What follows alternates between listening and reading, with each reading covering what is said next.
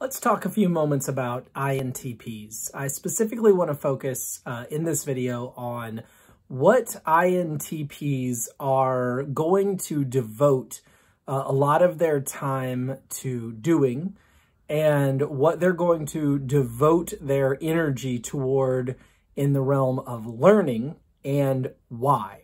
So this is the third video in a very short series that I'm doing on what different types imbibe, or what it is that the particular type that we're talking about is going to be focused on bringing in to their known sphere of understanding, and then afterward integrating into who they are and into what they understand. So the concept of, or the term to imbibe, often can be thought of in drinking terms. To drink something can be to imbibe something. But in this video, I want to use a different definition for imbibe, which is to take in something, and it doesn't have to be physically taking it in, it can be mentally taking it in. To take in something and then sort of work it into someone's very existence. The same way when you take in food, it becomes a part of who you are. We can do the very same thing with ideas or concepts or experiences. So the INTP is going to spend a lot of time imbibing, a lot of time consuming new information. INTPs will put forth a great deal of energy to bring in new. But everyone, well, first of all, let me say everyone brings in new. Not everyone places such a high value on bringing in new. INTPs, as a general rule, will place a very high value on bringing in new. But we can bring in new from the physical world, like new experiences or going and buying a new shirt. That would be bringing in new in the physical world. But we can also bring in new in the abstract world, so new ideas or considering new possibilities or wondering about new concepts, new patterns, or the way that things might play out, new ideas. So the INTP, with their extroverted intuition, is going to be focused when they go out and gather in new. They're going to want to spend a lot of energy gathering in new from the abstract world. So new ideas, new philosophies, new concepts, new possibilities, okay? Now, that would be contrasted to someone like myself who has high extroverted sensing. And I'm much more focused on going out and bringing in new physical experiences. When I was younger, I was very into collecting literal physical things. And so I with my extroverted sensing was about I liked to gather things, but I like to gather physical things. The INTP, because their extroverted intuition is high, they're going to also be very dedicated to gathering. But again, it's going to be from the abstract world. So INTPs will spend a lot of time trying to learn about concepts that are not in the physical, tangible world necessarily. Now, that does not mean that these concepts don't have implications in the physical world. It doesn't mean that these concepts, when rolled out, can't turn into products that we can physically hold that only exist because of the philosophical endeavors that an INTP put in, let's say. But these endeavors that the INTP sets out to do will have their beginnings in the abstract world, in the world of ideas, in the world of philosophy, in the world of possibilities. Now, if you watch my video on what does the INFP imbibe, you're going to see the beginning of that video will probably, if I remember correctly, be very similar. At least let me say this, the INTP and the INFP are going to be very similar in that they are both going to be very committed to imbibing new, and they will both be committed to imbibing that new in the abstract world. In other words, both the INTP and the INFP want to gather in new ideas. They want to gather in new possibilities. They want to gather in regularly and thoroughly from the abstract realm. However, they're going to do so for a different reason. The INFP and the INTP will both gather from the abstract world, and in both cases, the purpose of their gathering will be to meet the need of their first function, their dominant function, which, by the way, is an introverted judging, or if you follow objective personality, an introverted deciding function, and it is the function in which the identity is largely contained. But it is different for the INFP than it is for the INTP. Why do INTPs want to gather in new philosophies and possibilities and ideas from the abstract world? Is it so that they can figure out what they value and what matters to them? Not so much. Not as much as that would be true of the INFP. That is very true of the INFP. They're gathering in from the abstract world to satisfy their value system. But for the INTP, it's different. The INTP is gathering in from the abstract world, from the world of possibilities and philosophy and ideas in order to have understanding. The INTP's first function is TI, introverted thinking. The INTP is going to be dedicated above all else to understanding. INTPs want to get it. They want to know. They want to understand. They want to have a thorough and complete picture of the why. Why are things like they are? How do they work? What makes things what they are? Why and how? Thinking above feeling is always going to come out in the desire to both understand and be able to understand how to make things work and then be able to make them work. But for the INTP, the understanding of how things work is going to be far more important than the ability to make them work. And it's going to be far more important than the actual valuing of those things, which for the INFP, that having FI at the top, valuing these abstract concepts is going to be more important than really understanding the fine details of how they actually mechanically work. The INTP has their extroverted intuition on a mission to bring in ideas, philosophy, possibility, whatever it may be, anything that they can gather from the abstract world that will then be able to serve the introverted thinking in the mission of understanding and figuring things out. But the INTP is not necessarily dedicated to understanding and figuring things out and how they work so that they can then do something tangible with it, not necessarily. I'm not saying they won't ever do anything tangible with it, but that really isn't the priority. So if you look at someone like an ISTP who is out gathering from the physical world so that they can understand the physical world, their ultimate goal is to make things work in the physical world. They want to be able to figure out how to get the physical world to function the way that it should or the way that they want it to.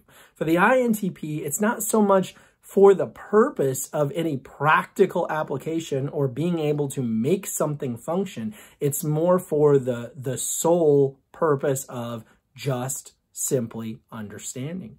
INTPs want to gather in abstract concepts and possibilities and ideas and philosophy and so on and so forth so that they can understand. And they are focused on understanding the abstract world. That's why INTPs are often in the realms of theoretical science. They're often in the realms of those types of applications of our knowledge that you can't touch with your hands. I mean, if you think about, let's say like, molecular science, right? I mean, yeah, I guess there are people out there who literally have instruments so that they can affect things that are at a microscopic level, but it is still, if you really think about it, something that to a large degree, we can't put our hands on. We can put our brain around it, but we can't put our hands on it. It would be the same way with trying to understand how things work in space, or maybe even how things work in the depths of the ocean. Places, things that we can't necessarily touch or see with our eyes. But the INTP has an uncanny ability to see those things with his or her mind. And the curiosity that exists in the mind of the INTP really drives them and pushes them to want to use their extroverted intuition to bring in ideas so that they can use their introverted thinking to understand them. And the introverted thinking is their identity. The INTP identity really is all about understanding how things work in the abstract world. And therefore, they then charge the extroverted intuition. If you can think of, like, if I'm personifying each of the cognitive functions, they then charge the extroverted intuition to go out and gather the abstract data that is necessary so that their TI can then say, okay, I've got the data that I need to be able to put it all together, to piece together this puzzle, this abstract puzzle, something that I can't physically touch. But now I can piece together this abstract puzzle and I can say, okay, I understand how that abstract concept works. Now, the amazing thing is that while the INTP may, in many cases, not be overwhelmingly devoted to then taking that knowledge and doing something practical with it, when the INTP does turn that corner from just, okay, I'm content to just understand, and goes beyond that to let's apply it, amazing things can happen. So when you think of someone like an Elon Musk, okay, somebody like an Elon Musk could use the information, like could gather in abstract concepts and then TI, introverted thinking, understand how they work and all of their implications, and could just say, cool, now I know. Or they could do something with it, you know, like create electric cars or send people into space. So these TI understandings that the INTP is capable of, which in many cases, let's be realistic. I mean, let's just be honest. The INTP is often going to be able to understand things to a much greater depth than many other people can. And then if that understanding goes beyond just, I'm satisfied with understanding, and goes on to, let's do something with it, then amazing things can happen. So INTPs are going to want to imbibe abstract ideas and concepts so that they can understand them, because understanding is everything to the INTP. That is where their identity is tied, in the understanding of things. But there's more to it than just that with the INTP, because like the INFP and like all of the IPs completely, and the EPs also, though it's slightly different in the EPs, the vast majority of INTPs are not just going to want to understand things, and they're not just going to try to gather in abstract concepts in order to understand them, but they're going to expend enormous amounts of their time and their energy, even though actually it won't, in a sense, it won't really require a lot of energy. Or in other words, doing this gathering of information in order to understand is just something they can do on autopilot. It won't wear them out. It won't exhaust them having to do this because it's just their default setting. The INTP is going to be so committed to using their time for this that it will be like it's just second nature for them. It's just what they do. It's like fish swim and birds fly, and INTPs gather in abstract concepts so that they can understand the abstract world. It's just what they do. Now, we can contrast that with other types that also have TI and NE, but have it very low, all right? So, like, let's think of an ESFJ. An ESFJ is going to have TI as his or her fourth function, and NE as his or her third function. So when an ESFJ wants to gather in something new, that ESFJ is going to generally, oftentimes, want to gather in abstract concepts. And why? For the same reason. In order to satiate or satisfy the TI that wants to understand the abstract world. However, by having the NE and the TI very low in their function stack as their third and fourth function, they're not going to be very dedicated to the process frequently. There will always be exceptions, but frequently the ESFJ is not going to be nearly as dedicated to the process as the INTP will. The The INTP, like I said, they will gather in abstract ideas for the purpose of understanding the abstract world like a fish swims or a bird flies. But for an ESFJ or anyone who has NE and TI down low, they're going to want to gather in from the abstract world in order to understand it, but it will not come so naturally to them. That person who has those same two functions but has them lower in their function stack is going to have to be more, they're going to be more apt to need to like make a conscious decision. I want to focus on learning about an abstract concept so that I can understand it better. That's something that isn't just going to be second nature to the ESFJ. They're going to have to work a little bit harder to do that. This is something that would also be true of like the ISFJ. So with the ISFJ, they're going to have TI as their third function, and they're going to the introverted thinking, and they're going to have the NE as their fourth function. So that the ISFJ also will at times want to gather in abstract information for the purpose of understanding the abstract, but it's not going to be second nature to them like it is to the INTP. It's going to be a little harder most of the time. There will always be exceptions, but most of the time the ISFJ is going to have to make a really conscious decision to say, these are things that I want to do. I want to understand the abstract world better. I want to understand abstract concepts better. And so I need to spend more time imbibing abstract ideas and philosophies so that I can do that. Not so for the INTP. It is not going to be necessary, for the most part, for the INTP to make a conscious decision. INTPs are not going to have to wake up in the morning and say, you know what I think I'll do? I think today I'm going to devote a little bit of my energy to trying to imbibe abstract philosophies and concepts so that I can better understand the abstract world. If they just don't do anything, they'll do that. Like if they don't make a conscious decision to do something else, then that's what they will probably spend their time doing. That's what they'll dedicate their energy to. I love this analogy that I heard one time. It says, if you're in a rowboat, if you're in a boat on a stream and you're going upstream and you want to get upstream, you have to constantly be paddling, okay? But if you just pull up the oars, you'll go, but you'll go backward, all right? For an INTP to spend time gathering in abstract concepts in order to understand them, it really is like pulling up the oars. If they just pull up the oars, that's where their natural brain wiring will just take them.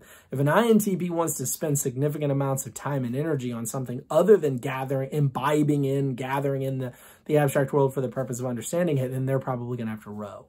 They're going to have to make a conscious decision to do so, because that is what the INTP is wired to do: imbibe abstract ideas so that he or she can have a thorough, deep, complex understanding of them. Probably a much more thorough and complex understanding than the vast majority of other human beings on Earth.